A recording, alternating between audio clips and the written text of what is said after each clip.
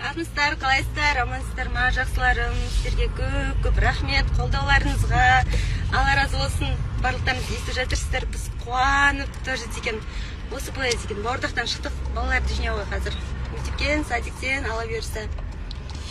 Шүкір Аллаға, сіз болып, біз болып әділдікке жеттік. Ең бірінші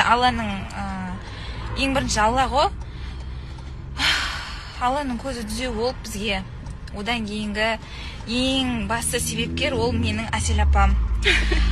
Әсел апа осындай, Әсел апаға мен шығып, ол кісі дер кезінде дабыл қағып, жан жаққа жүгірмегенде, жан жаққа бармағанда, барлығын оятпағанда бұл жеңіске жете алмайтын едік. Мүмкін диагноз солай қалып, біз далада қалар ма едік.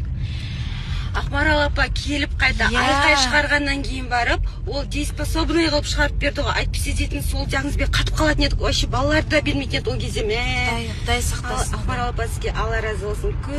Көп рахмет. Одан кейінгі себепкер бізде Руслан ағамыз. Руслан аға. Иә, Руслан ағаның резонансы. Ол кісіге енді басымызды иіп тұрып рахметімізді айтамыз. Ақмарал апаға да. Ақмарал апа, любим ғой сізді. Сіздердің арқаларыңызда ғана міне осы қуанышқа ие болып отырмыз. Аллаға мың да бір шүкір. Көзіміз кеткен. Жылап та болдық, күліп те болдық уже. Бүткіл эмоциямыз шығарып болдық. Енді бұйырса бақытты күндеріміз алда. Баршаңызға көп рахмет.